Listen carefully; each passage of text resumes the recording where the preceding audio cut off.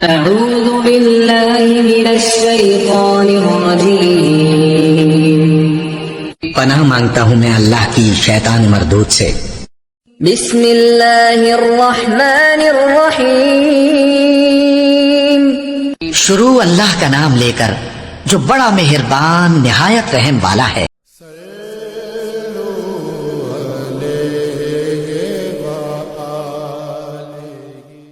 رسول اللہ صلی اللہ علیہ وآلہ وسلم نے فرمایا کہ علامات قیامت میں سے یہ ہے کہ علم دین کم ہو جائے گا، جہل ظاہر ہو جائے گا، زنا بکثرت ہوگا، عورتیں بڑھ جائیں گی اور مرد کم ہو جائیں گے، حتیٰ کہ 50 عورتوں کا نگران صرف ایک مرد رہ جائے گا۔ صحیح بخاری حدیث نمبر 81۔ رسول اللہ صلی اللہ علیہ وسلم نے فرمایا کہ میں سو رہا تھا، اسی حالت میں مجھے دودھ کا پیالہ دیا گیا، میں نے خوب اچھی طرح پی لیا، حتیٰ کہ میں نے دیکھا کہ تازگی میرے ناخنوں سے نکل رہی ہے۔ پھر میں نے اپنا بچا ہوا دودھ عمر بن الخطاب کو دے دیا۔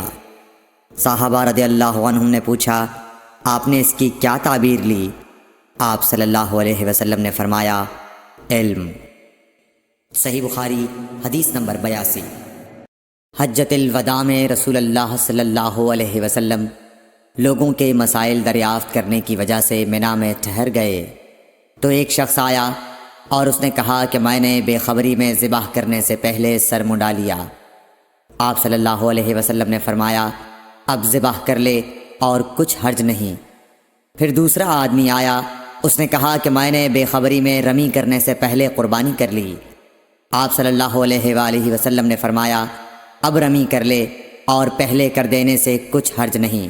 ابن عمرو کہتے ہیں اس دن آپ صلی اللہ علیہ وسلم سے جس چیز کا بھی سوال ہوا جو کسی نے آگے اور پیچھے کر لی تھی تو آپ صلی اللہ علیہ وسلم نے یہی فرمایا کہ اب کر لے اور کچھ حرج نہیں۔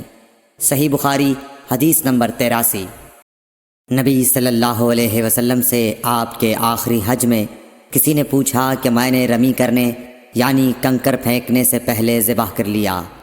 آپ صلی اللہ علیہ وسلم نے ہاتھ سے اشارہ کیا اور فرمایا، کچھ حرج نہیں۔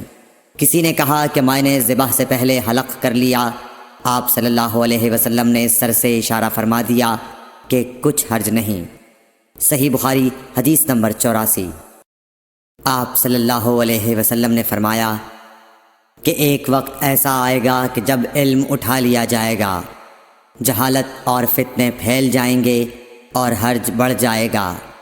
آپ سے پوچھا گیا کہ یا رسول اللہ، حرج سے کیا مراد ہے؟